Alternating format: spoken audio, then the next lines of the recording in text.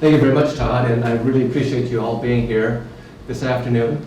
The seed for this conversation today was actually planted 6 years ago when I got a call from Scott Getty, who's one of our panelists today. At the time, he was a key account manager for Xcel Energy.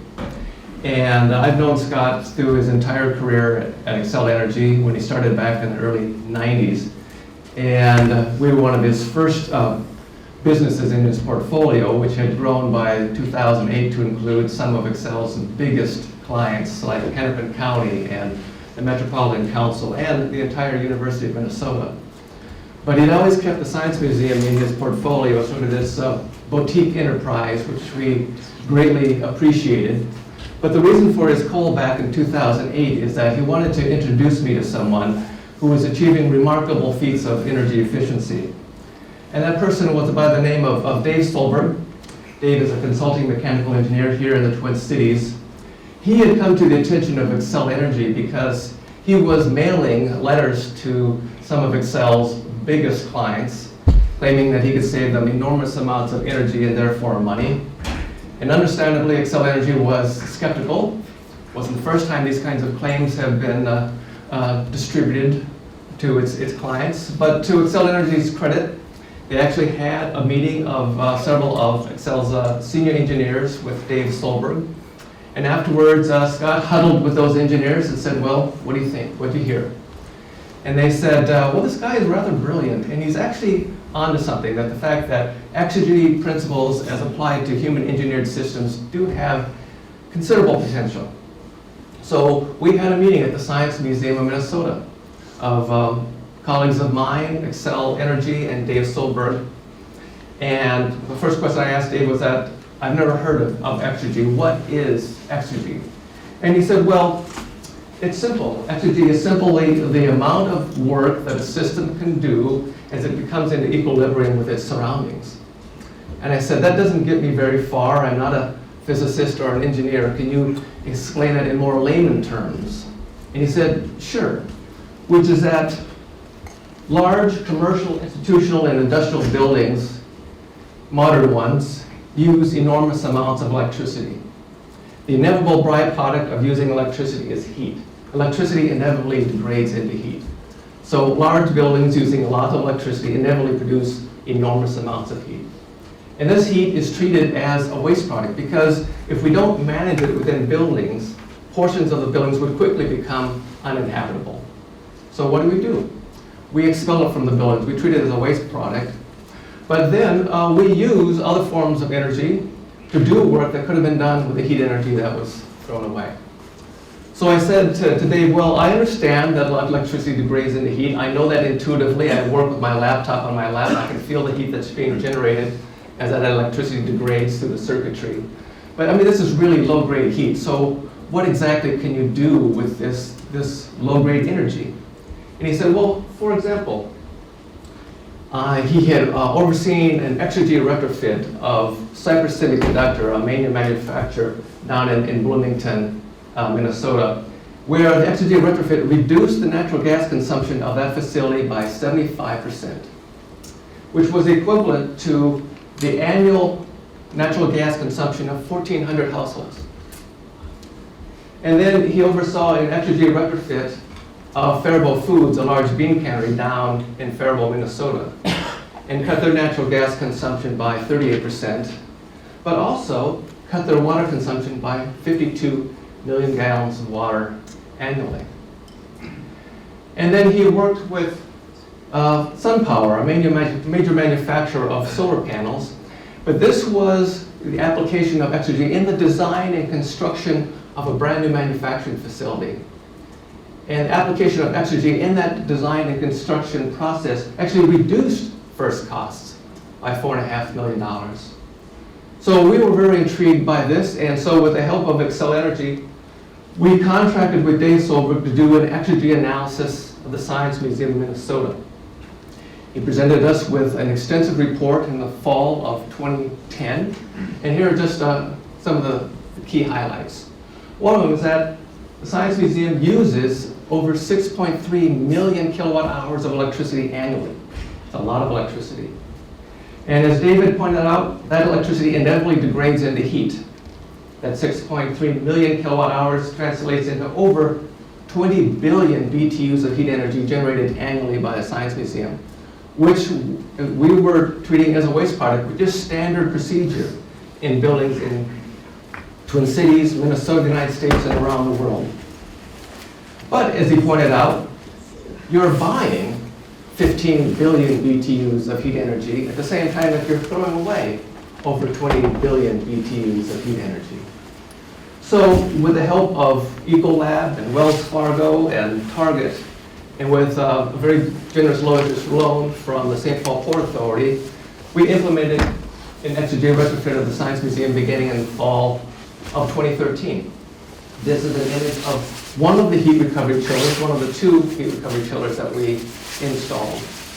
And so just a quick schematic description of what is actually going on. So as I mentioned, electricity degrades in heat, and the telephone switching equipment in a room at the Science Museum uses a tremendous amount of electricity. It generates a lot of heat. And the previous procedure was simply to evacuate, to expel that heat to the exterior of the building.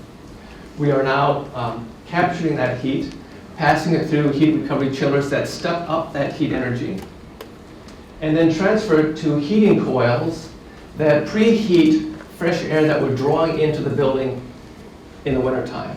So we're using heat that we used to throw away and using it to heat the air that we're bringing into the museum and then distributing through the fan systems throughout the museum. Well, in some respects, this conversation is a bit premature because we're just about finished with commissioning. It's taken longer than we expected, as these projects inevitably do, but I do have a little bit of data that I can share with you. The purple is this most recent heating season. So these other lines are other years of heat energy that we purchased from District Energy, a supplier of heating and cooling. We don't need to actually start heating the building until the ambient temperature outside gets to be about 40 to 45 degrees. So the heating season for us doesn't start until November when we turn on the heat recovery chillers. But as you can see in November, December, January, and February, using substantially less than we had in previous seasons. So going forward, we are anticipating that over the next 12 months, when we have a complete set of data, that we will have reduced our consumption of steam by about 40%, our cooling by about 40%, our use of hot water for heating by 80% or more. We think we might see a slight uptick in our use of electricity because after all, the heat recovery chillers use electricity. But we recently did a LED retrofitting of our parking ramp. So we're hoping that this uptick is less than we see here because we've shaved off a third of a million kilowatt hours through that relamping process. So our goal, and we're tentatively confident about this, is that we're going to cut the overall energy consumption of the Science Museum by 40%. Well, you have to spend money in order to save energy and therefore money. We spent a little over $900,000 on the Exergy retrofit of the Science Museum. And we're anticipating to save about $205,000 a year. So the simple payback is just shy of 4.5 years, though this does not include an Intel energy rebate, which is in the process of being calculated right now. Does that include interest on the capital? No. Because the interest on the capital is extremely low, which Pete can attest to. So here we are. We're expecting to spend $200,000 less than utilities, so that's money that can go toward the educational mission of the Science Museum to the benefit of the museum and our visitors. So yay us, but no, we're just one building. But the reason why I want to have this conversation today is imagine the economic and employment and environmental benefits if the application of Exergy principles to human engineered systems wasn't rare, but commonplace. And so to help me out today to explore the economic, and employment, and environmental benefits of Exergy are three panelists. I'm going to ask them to come up and join me. And first up is Scott Getty. As I said, he was a key account manager for Excel Energy, and Scott is now the project manager for energy at the Metropolitan Council Environmental Services. And I'm going to give him, in each of the panelists, 5 minutes to elaborate. Then we'll take a few comments and questions amongst us, and then we'll open the floor to your Q&A. Thank you, Pat. Can everybody hear me okay? All right. And to the Institute on the Environment, I'm very happy to be here. I was officially retired for 2 months, back at the Met Council and the regional planning and working on energy policy and projects. I did work extensively with the university, and they got a great staff. Facilities management, they're very much aware of these types of technologies. Just to recap, building energy uses about 1/3 of all the energy in America. So it's a very intensive sector in our country. The Science Museum is exergy, it's also more. Proof of concept here in a commercial building like a museum uses heat recovery chillers.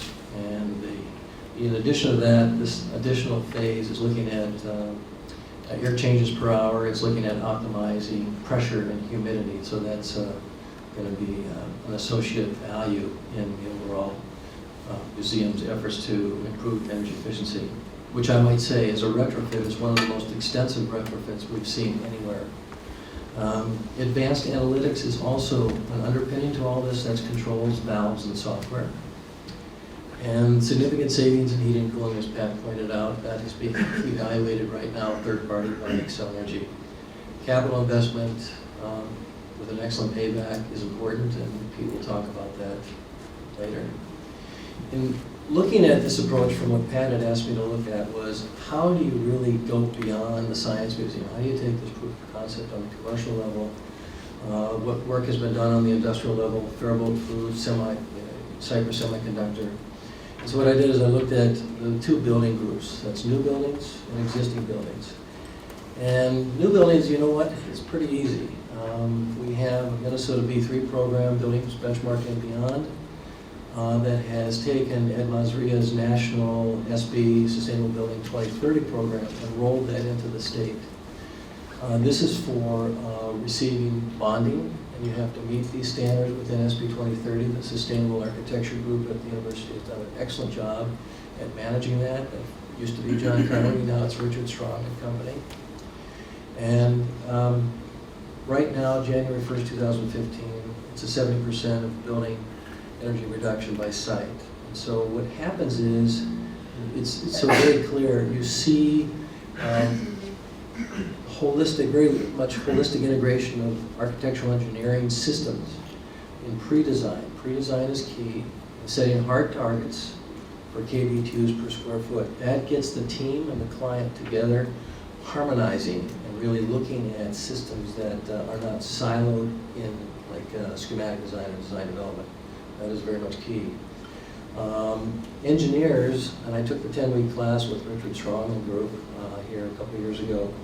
Engineers are going to have an increasing influence on meeting those standards. A lot of that will be engineering systems that will have to make that work. So it's going to create a new group of A&E firms. We talked about it at our 3rd annual SB 2030 workshop last fall at the Science Museum. And we're looking at design, construction, post-commission, and continuous commissioning. That is to say that A firms should stick around. They should be there for the life of the building. The next part of it here is existing buildings. Existing buildings represent about 95% of all the buildings there. They're around for 50 years or more. That's the tough one. The Science Museum has been exemplary. And so my thought in my discussion with Excel Energy was looking at developing kind of an exergy rating for potential facilities. Not all facilities, some facilities are better than others. And so an ASHRAE Level 1 audit is a good preamble to that, with a look at how you have simultaneously heating and cooling operations. And you can do an indicative estimate here on the size and cost of systems, and then lead that to an engineering diagram and so forth. Continuous commissioning and advanced analytics are part of that too. So it takes, you know, a group of mechanical engineering students, architectural students working together and looking at the retrofit market. Key candidates we've talked about before is industry, and then commercial, museums, hospitals, and universities. And you have a few people here in the audience that have been very engaged in that in the facility management group. One thing I'd say too, and that is the Science Museum looks to continue to educate. Coming up is the 4th annual SB 2030 workshop. We've really focused that over the last few years to the architectural engineering community. And in looking at that step up in SB 2030, each 5 years it's going to be becoming increasingly more difficult and increasingly more important to work together holistically between mechanical engineers and architects to develop these, apply these technologies. And that's really about it at this time. Thank you, Scott. Thank you.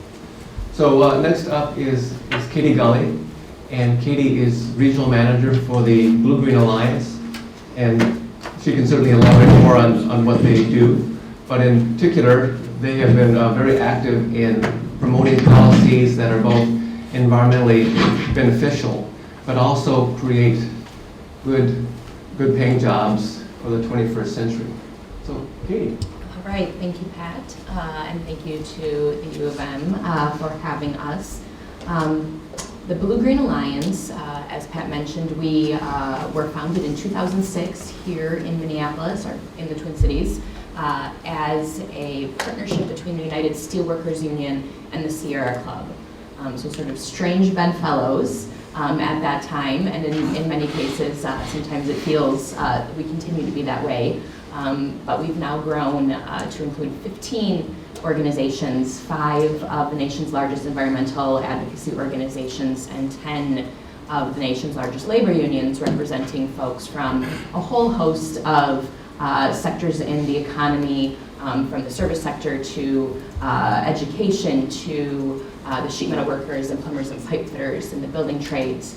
And in my world, we come around to this idea of what is the intersection between jobs and the environment, and sort of dispelling the notion that you have to choose between one or the other, and how can we find areas of agreement between our organizations and really do everything we can to raise the profile and advocate for policies and do educational work with the public that will bring us down this path. And so we had the absolute pleasure of getting a tour of the Science Museum and seeing what's happening there. And I think our job as sort of the broader advocacy community and folks doing public education is to be able to take this story that we've heard today and I guess shout it from the rooftops and make sure that folks in our organization and our partners' organizations understand both the sort of immediate self-interest in terms of the jobs that were created. There were 21 folks who came to work at the Science Museum putting the system in, and doing that math to look at all of the buildings in downtown and beyond, and all of the workplaces. There's one sort of unifying, there's a few unifying things about our coalition, but one of them is that the members of our organizations, especially on the labor side, all either go to work in building or they go to work on buildings. And so how can we sort of capture their imagination to think about what is possible for their trades and for the work that they do. I was very excited when we were at the Science Museum to see a big Plumbers and Pipe Fitters Local 455 logo on the system in the mechanical room at the Science Museum, and how can we encourage those folks to be looking at what these new technologies are and how to train their workers in their apprenticeship programs to be able to participate in this new sort of emerging technology and the energy efficiency economy that is being created here in the Twin Cities and throughout the state. But also, how can folks be thinking about their own workplaces, and whether it's going to work in a school or a hospital or a number of the types of facilities that Scott mentioned, and hopefully helping to drive some political will to look at bigger potential policies that would make projects like the Science Museum be put on the menu of options for how we're addressing some of our bigger concerns, be they within our economy and cost of energy or concerns around environmental issues. So I think this is a really nice example of what my organization exists to try to do, which is to highlight that there can be things that are good for both workers and the environment. Thank you very much, Katie. So next up is Pete Klein. He's the Vice President for Finance at St. Paul Port Authority. I've known Pete for a number of years, but I particularly appreciated his dogged pursuit of the Science Museum doing this extra-day retrofit. And Science Museum received several gifts from Ecolab, Wells Fargo, and Target toward this project. But really, I think what really pushed us over to actually making the project happen was the Trillion BTU program at the St. Paul Port Authority, and the very low interest and very easy application process to get the money to do the project. Thanks, Pat, and thanks for inviting me back to my alma mater. Being a business major, I've spent most of my time on the West Bank, but I can vaguely remember a few parties over here on the East Coast. And it wasn't time that makes it vague. I think the next day it was still vague. So at the Port Authority, we have several financing programs. And in general, we can finance most projects throughout the state of Minnesota. And in most situations, we can be the least expensive and the easiest form of financing available. So our Trillion BTU fund was what was utilized in the Science Museum project, but we also have property assessed clean energy as a new form of financing, which places a special assessment on the real estate of the project. And then it's paid off twice a year when the real estate taxes are paid, getting dozens of those going. That works particularly well with solar projects.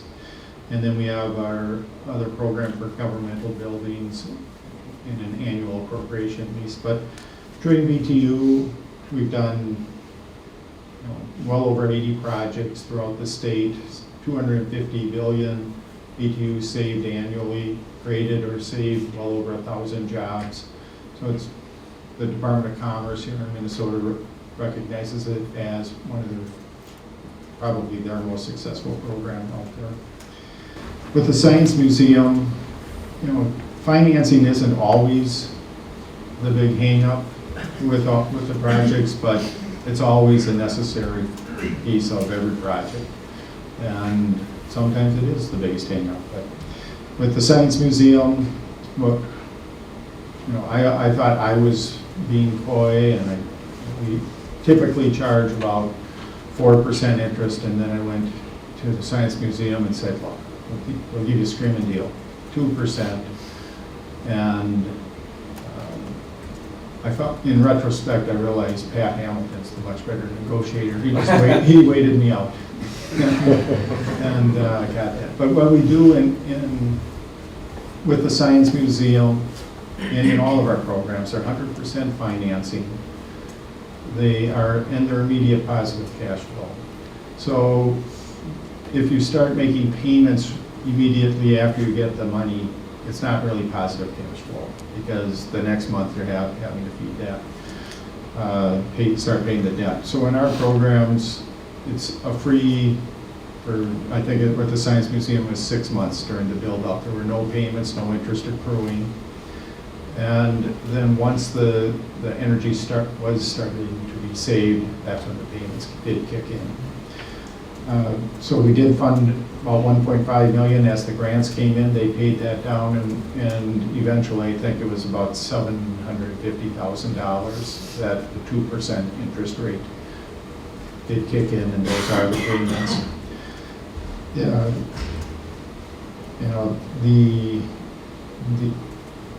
our intent, again, is for the building owner to not have to come up with any money up front, and to actually rather than being a detraction from their budget, it's actually in addition to the budget, because their energy savings in almost all of these financings is going to be greater than whatever the payment is on the loan. And then once the loan's paid off, obviously it's all cash flow positive to the organization. The Science Museum, we worked, when you say immediate 100% financing, immediate positive cash flow, you would think that people would be breaking down my door. It isn't. I mean, these are very difficult projects to get going. One project that we just approved this month is one that I like to point out also, along with the Science Museum. That's J&J Distributing, and in that project, they had 40 rooftop air conditioning units. So have to send somebody up with a hose to keep them cooled down during the hot days. We've put up a couple of central units for them, and that allowed them to add 20,000 square feet, add 50 jobs. And this April, they're going to finish the build out of the greenhouse, in which they're going to build. It's a aquaponics facility. They're going to be raising salmon and tomatoes, so locally grown produce that they will be putting out to us, the consumer. And we think that that's going to be just another really great project that Trinity BTU's helped with. But the Science Museum project, where you're just utilizing the energy that was just being wasted into the atmosphere, and wherever we drive by and see the steam and smoke going into the air, we just know that that's wasted. And the more that we can retrofit the buildings to utilize the Exergy and the Science Museum model, we're there to help in any way we can on the financing. Thanks. Thank you, Pete. So I just wanted to give each of us an opportunity just to elaborate or ask a question based on what some of the others have said, and then we'll throw it open to Q&A from the rest of you. Scott mentioned ancillary benefits. So when Science Museum went into this project, it was with the idea in mind that we're going to do advanced heat recovery. We'll capture the waste heat that we were throwing away. We'll employ it elsewhere in the museum. That'll reduce our overall utility bills. But I think what I found fascinating as we've gone through this project is that Science Museum occupies a building that is now 15 years old. And as we started to do the retrofit, we started to discover issues with the building that we weren't aware of because we weren't looking for them. One of the examples is that for a long time, the Science Museum has been under negative pressure. That is, we were pulling more air into the building. We were evacuating more air from the building than we were bringing in through the plenums. So we were actually pulling air in through the walls of the Science Museum, a highly undesirable thing to happen. So I asked Dave Solberg, well, how rare or common is this? And he says, well, this is not unusual for buildings to be under negative pressure. So one of the ancillary benefits is that it's damaging to buildings to pull air through the walls of a building. And so doing actually advanced heat recovery is an opportunity to also look at whether the building is actually balanced and then remedy that and get the building under positive pressure so you can be pushing slightly air out as opposed to pulling it in through the walls. Any other thoughts or comments? Pat, I think I would add to that, and that is it's also air changes per hour. It's not only balance, it's also air changes per hour, the necessary amount. We've heard 12 air changes per hour. If you can imagine the volume of air in all the buildings, it's a huge amount of air that has to be reconditioned or conditioned. And also humidification. There are new technologies for advanced humidification and optimization of pressure and airflow. So those, I think, along with what they call advanced analytics and software and controls and that, will help buildings be more efficient. Obviously easier and new than existing, but nonetheless.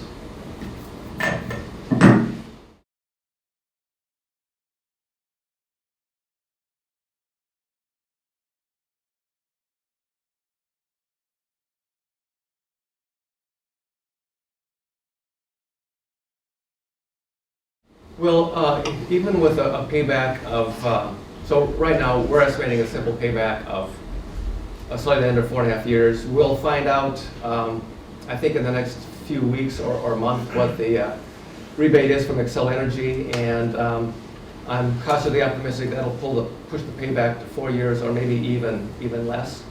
But as Pete can elaborate too, there's competition for capital within enterprises, and there can be projects that will pay off faster than that.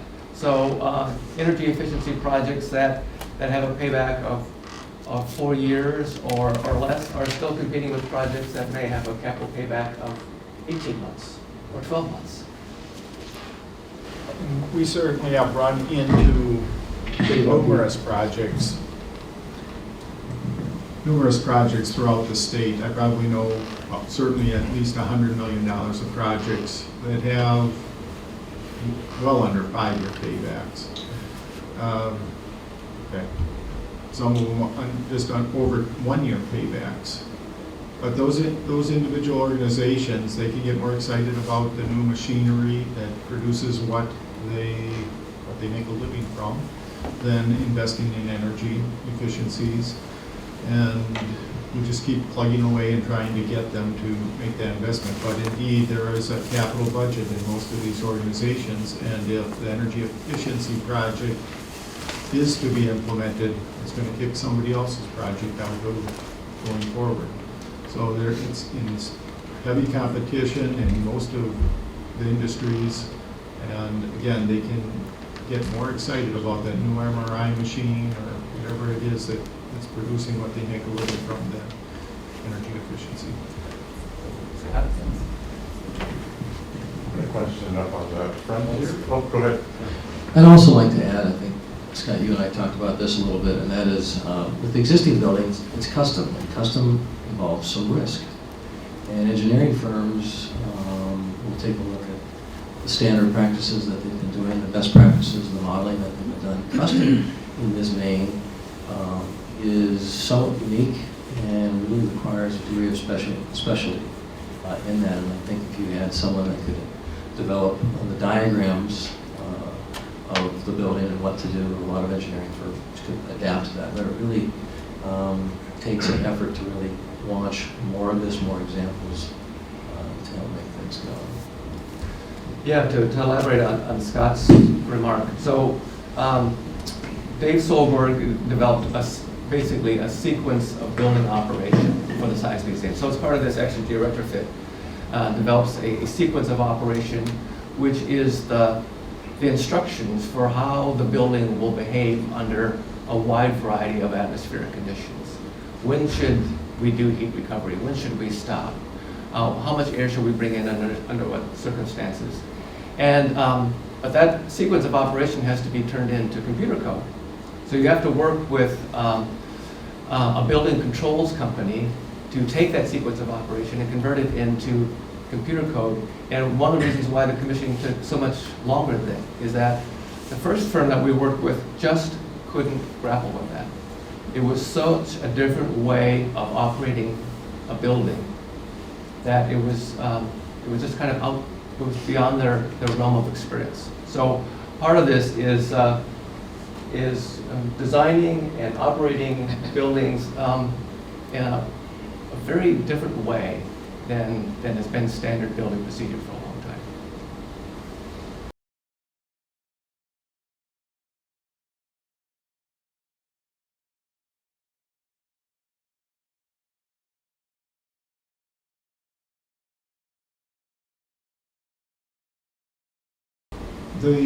The Train BTU funding came from the legislature, so this was ARA money, Recovery Act, Obama stimulus money. And at the time of the legislature, every state received a per capita share. Minnesota received about 200 million.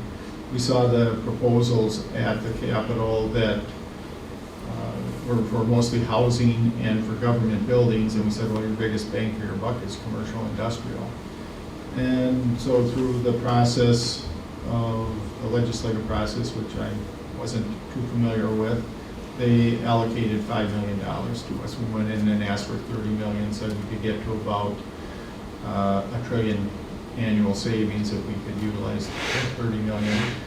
In the meantime, other ARA projects, funded projects, did not get going, and so we were basically the sponge for any excess ARA money. And so the rate went to $15 million. The interest income now is about $18 million. That revolves around, the other point with Trinity BTU is it's the only ARA money left. Everything else was once through. This is a revolving fund that should be there forever, as long as they do some pretty decent underwriting. And we haven't lost a dime yet. But see Kate Knuth in the back there, and she was definitely one of the legislators that had the foresight to fund us and help us get going. All right, well, in terms of kind of policy drivers, we have a few things on the books in terms of energy efficiency here in the state already that have been, I think, proven to be working well. There's the Energy Efficiency Resource Standard that looks at the utility spending 1.5% to achieve annual savings from their within their service territory. And so I want to point out to folks there is a report. This is the executive summary of it, so it's a much bigger document. But the Minnesota Department of Economic Development put together this clean energy economy profile. And this looks at a number of sectors within the clean energy economy, but there's lots of information about energy efficiency and some programs that exist, and some more statistics about job numbers and that. So if this topic is of interest, you may want to go find this on the DEED website. But there are efforts underway to increase the energy efficiency resource standard at the Capitol currently.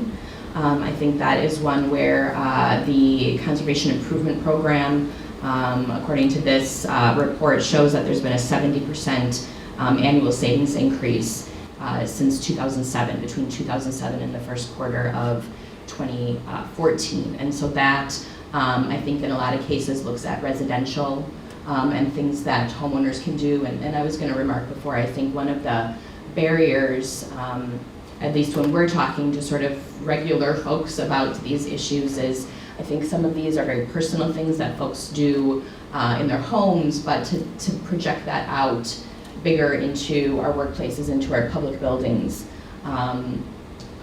it takes more of a sort of coordinated effort and collective effort for us to imagine what could be possible beyond just what we have control over ourselves. So I think a lot has been done in sort of the low-hanging fruit in terms of those programs, and now it's maybe these bigger, what feels like more, I guess, complicated or harder to wrap your brain around until you really see it and see how the math works for folks. So I think that's one example. We're also looking at ways within,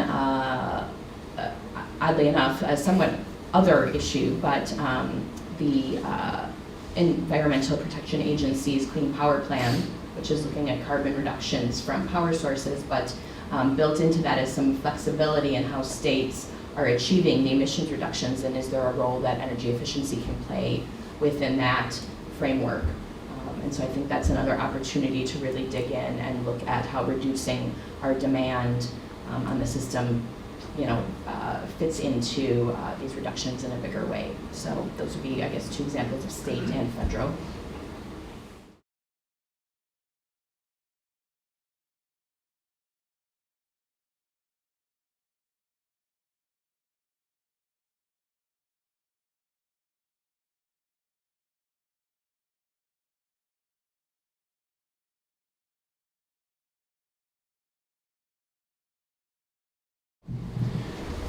When I think about that, I think about the Energy Design Assistance Program at Excel Energy. I've sat at the table with design teams and clients, probably over 150 of them.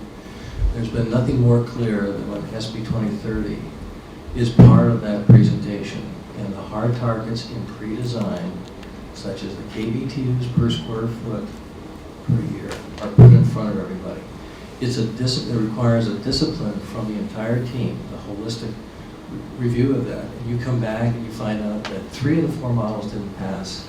You get down and you look outside of your silos, and you really develop this very much of a holistic, synergistic model.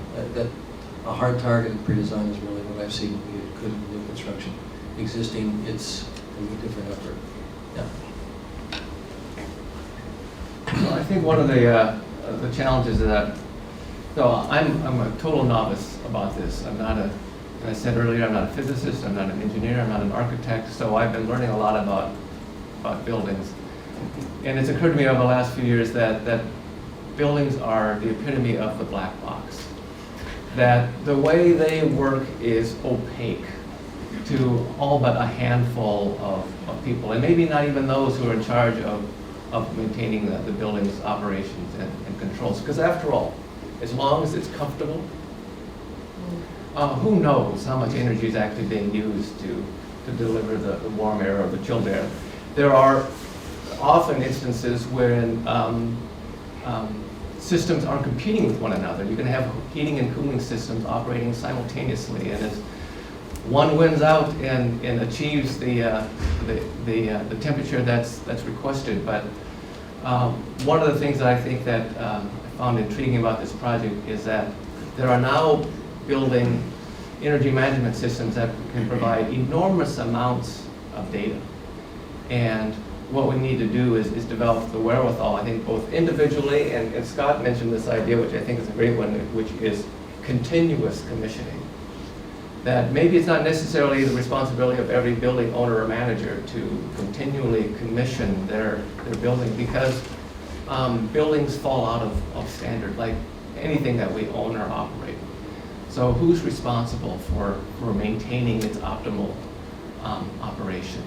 I think it's a key question, and it's not the one I have an answer to, but I think it's an intriguing one, and I think there's really an opportunity out there for an enterprise that would take on the role of continually commissioning buildings and maintaining their optimal performance.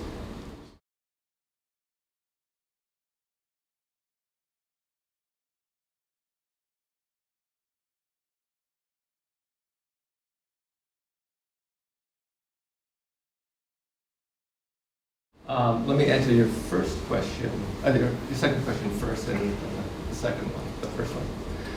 So in terms of single-family homes, so if you're just looking at a house is really not a candidate for advanced heat recovery, because after all, what we're doing at the Science Museum is using heat being generated in one location that formerly we're throwing away and moving it, transferring it, and applying it elsewhere.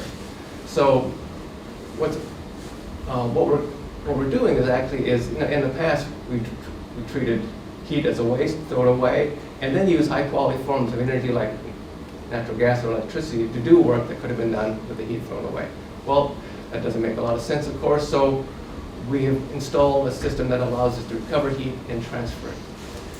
If a house isn't generating excess heat, then there's no heat waste to capture and move elsewhere. But to your point, which is that an energy analysis can be done in an individual building, it can be done on a campus, it can be done on a city.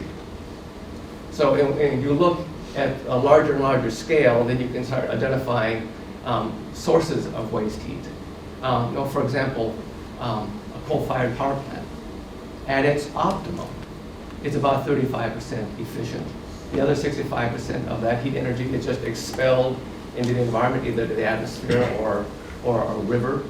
Now, there's obviously a challenge with how you capture that heat energy and move it, but that's the epitome of a district energy system, is capturing waste heat and moving it.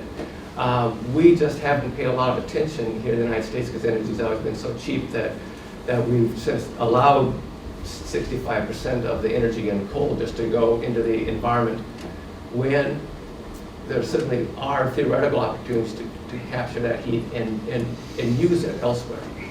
And that, of course, approach has been much more widely applied in Europe. To your point of education, I'm really intrigued about this idea. We do have an exhibit component in the Future Earth exhibit about exergy, advanced heat recovery. But I've actually been focusing more on my effort on doing things like this, working with University of Minnesota and Excel Energy on the annual Sustainable Building 2030 event at the Science Museum, because I really want to get this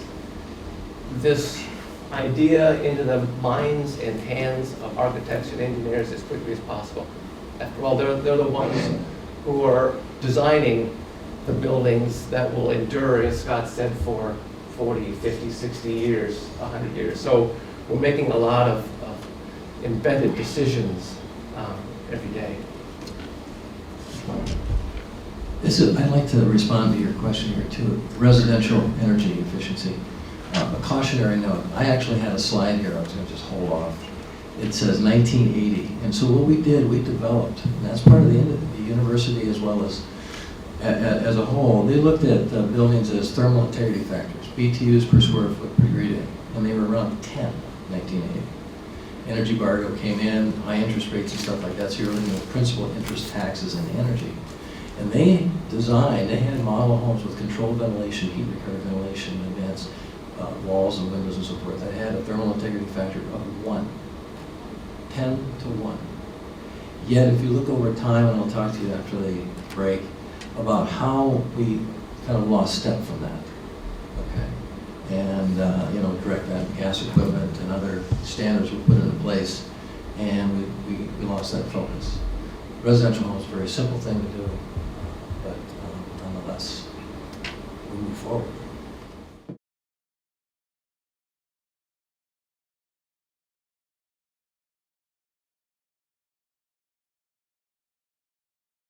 I will say this, I didn't work for them forever, but they have taken considerable efforts at launching the commercial, the SIP program, Conservation Improvement Program, back in, I think, '89. They earn on the value that they can conserve energy. That helps in their long-term rate stability and to the consumers as a whole. So, at least on my side, working with the university, we've done a lot of things in the box, outside the box, that have been energy efficient related, and we've had the full support of university and utilities. So it hasn't reached to that point.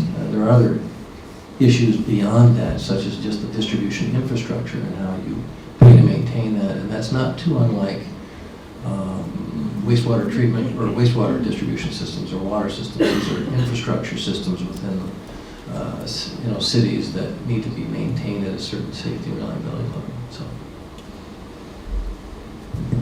I'll add that I can't speak too intelligently about it, but there is a bigger conversation happening, and probably multiple conversations, but one I know that's sort of formally taking place called E21, that is looking at how utilities sort of make money and what the business models are, and sort of as a lot is changing in terms of regulations, and I mentioned before the 111D Clean Power Plan question. There's a lot of thought going in, I think, that gets right at the heart of your question. And so I know the utilities are very involved in that conversation, invested along with a whole host of users and advocacy groups and others trying to get at that. But I think that is a facet of all of this.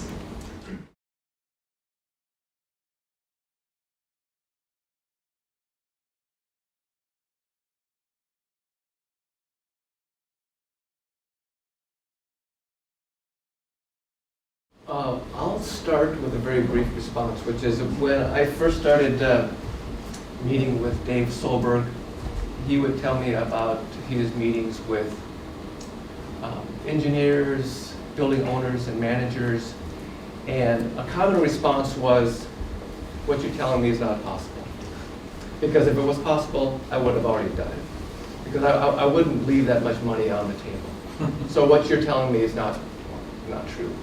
So I think that the more examples we have, and the more willing those retrofits or new construction are to share their data in real time, perhaps, the more we can get that message out there that, yes, in fact, it is possible.